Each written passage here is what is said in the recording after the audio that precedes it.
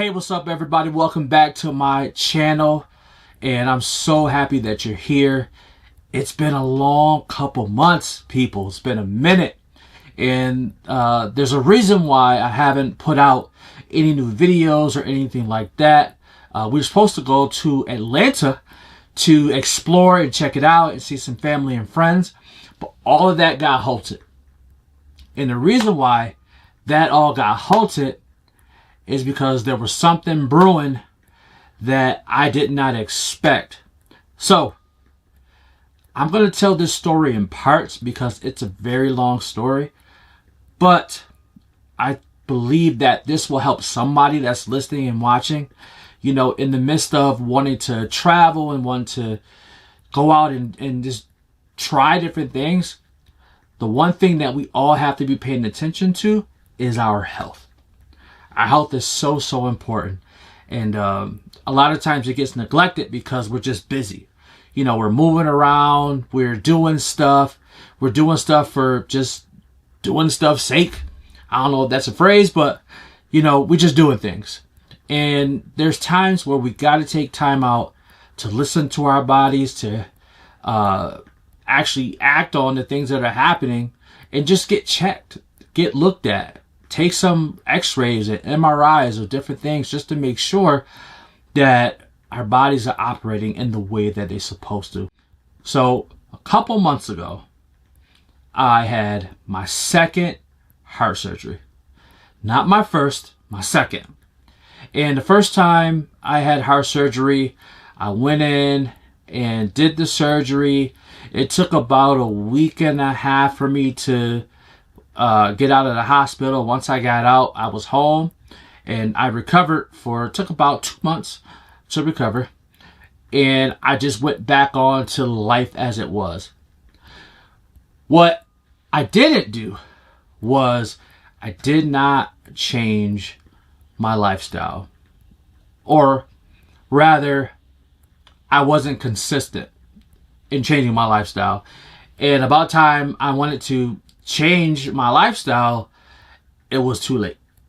And things had gotten worse for me, and I had to have a second heart surgery. So I don't want this video right now to be too long, but I will start off with part one just by saying that I had the flu back in, February. For my wife and I, we had our anniversary. It was our 13th year anniversary. Actually, it was this year, 13th year anniversary. And we went to Washington, D.C. And we were excited about the trip because we love D.C. It's one of our favorite cities. And we wanted to go to explore and to go out to eat and really just have a good time and just enjoy each other and just celebrate being married this long. Because how many of you know that being married this long is starting to become the minority? So it's definitely a blessing. It's work, but it's worth it. So I would say maybe like the second day that we were in Washington, D.C., first night was great. We went out to this restaurant at a Black-owned hotel. Had amazing Ghanaian food. It was amazing. We just had a great time. The next day, I started to feel like a little like I was getting sick. And, you know, I didn't think nothing of it because it's DC and we're on a trip. And there's nothing worse than getting sick while you're on vacation. Like that's the worst. Like, especially when you take time off and you're like, I can't get sick because I'm here. So that was in the morning. So the day went on and I just started feeling worse, like worse, to the point where we were walking. Walking was way too hard. I was out of breath. And I literally had to stop and take breaks while I was walking. Now, this isn't usual for me. I'm normally a fast walker, and I like to get to places with some speed. So, my wife knew that something wasn't right because normally I don't have any problems walking. And so we took a little break, and we went back to. Actually, we were gonna go back to the hotel. But it had just got so much worse that we ended up going to urgent care. And we went to urgent care in Washington, D.C. Now, I know that New York State healthcare is on point. Washington D.C. Healthcare was, we were venturing into a different space for that. But the doctor that took care of us, he was great. So come to find out, I had flu B. And in having flu B, I had to take the medication that went with it. And I'm going to tell you, we just went home. I mean, we went back to the hotel after that. And that was it for the night. And it was kind of a bummer because we was there to be on vacation. We wasn't there to watch me sneezing and coughing. And I'm going to tell you, I was so bad. Like, at night when I was trying to sleep, I couldn't even sleep. I think I woke up almost every hour. Almost every hour. I just woke up and it was hard to breathe. And it was just terrible. So, next day rolls around and I start to feel a little bit better. You know, I'm still sick and not feeling good at the time, but like I'm okay enough to where we can go places. So we didn't walk anywhere. We just ended up taking the Uber to everywhere, which is what we don't do in the big city. We usually like to walk and explore and, you know, take pictures and things like that, but I just couldn't do it. It was rough. And I'm thinking that, okay, like any other time I'm sick, this will last for either a week or less, and then I'll be going right back to what I was doing. That did not happen.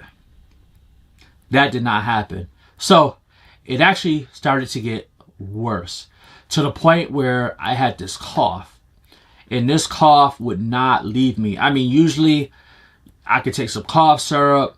I mean, I took some Desitin. I was taking everything known to man for medication, and nothing was working. So finally, just because I got down to my wit's end, I'm like, all right, I need to go talk to the doctor. So went to the doctor, and they basically said like, well, you know, you might be having some intestinal issues. Now I was complaining about my abdomen was hurting on my right side, and you know, I was like, it was hurting, and it would, you know, when I was walking, I would like feel it. I would feel like a pain right here, but it wasn't like a pain where I felt like, you know, I was like crawling over. It was just like a pain, especially when I was walking.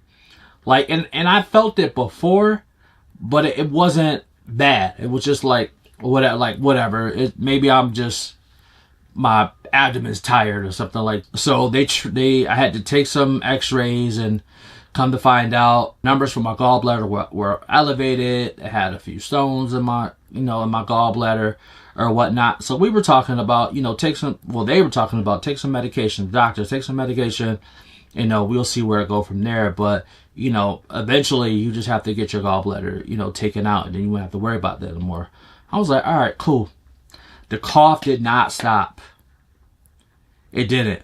Like, even though that was happening, I still had this cough, and I'm still, you know, I'm still like, what is going on here? It got so bad to when I was laying down, like I would cough like almost immediately laying down. Like I couldn't even lay down flat. Y'all, listen to me. I could not lay down flat because I was coughing so much, and it was terrible. And even at night, I couldn't even get a good night's rest because I was just coughing. So I had to sleep sitting up. Like, it was that bad. And it got to the point where I ended up like sleeping downstairs in the living room, like in the chair, because I just couldn't sleep. So fast forward to about maybe May or June, still seeing the doctor, still taking all different type of medications. And so finally, you know, I met with my doctor again. My wife was on the call with me, and we were having a discussion about, you know, some of the things that I could do. And my wife was like, you know, something else is going on here. Something else is going on here. And I'm like, because I'm a guy, I'm just like, whatever. And I'm one of those people where, Like if I'm sick, I can fight through it or whatnot, and eventually, hopefully, it'll go away, and I'll continue to move on from that. But that's not what happened, y'all. That's not what happened.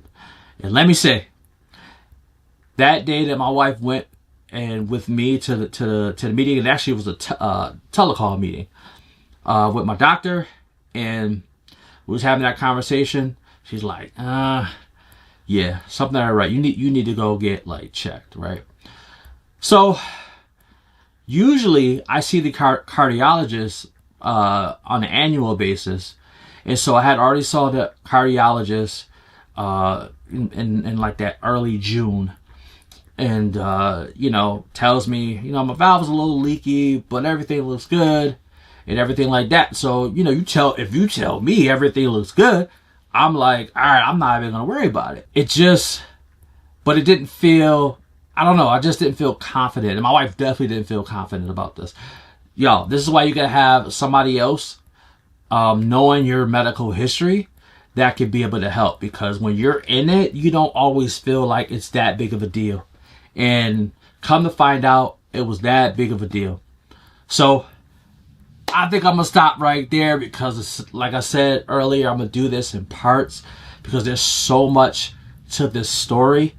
And I want to make sure that you all can really digest it and take it in. And I would say that from what I've told so far is that a lot of times we don't listen to our bodies. We don't. And part of listening to our bodies is listening to those who are close to us, that love us. And they're saying like, I know you might feel this type of way, but something is not right. And we need to get to the bottom of it. We need people in our lives to advocate for us. Thankfully, my wife's in the medical field and she's seen a lot of things. And she's like, yeah, like we got to get to the bottom of this. So I'm going to stop it there. And this is, we're getting close to the new year at the time of this recording. And my birthday is coming up soon. So I'm really, really excited about that. And my birthday this year means a lot more than it did last year and for the years to come. So I'll be back, y'all. Listen, be on the hunt. Be on the lookout for part 2, because it's coming. And I'm going to tell more of my story. All right. Y'all take care. Peace out.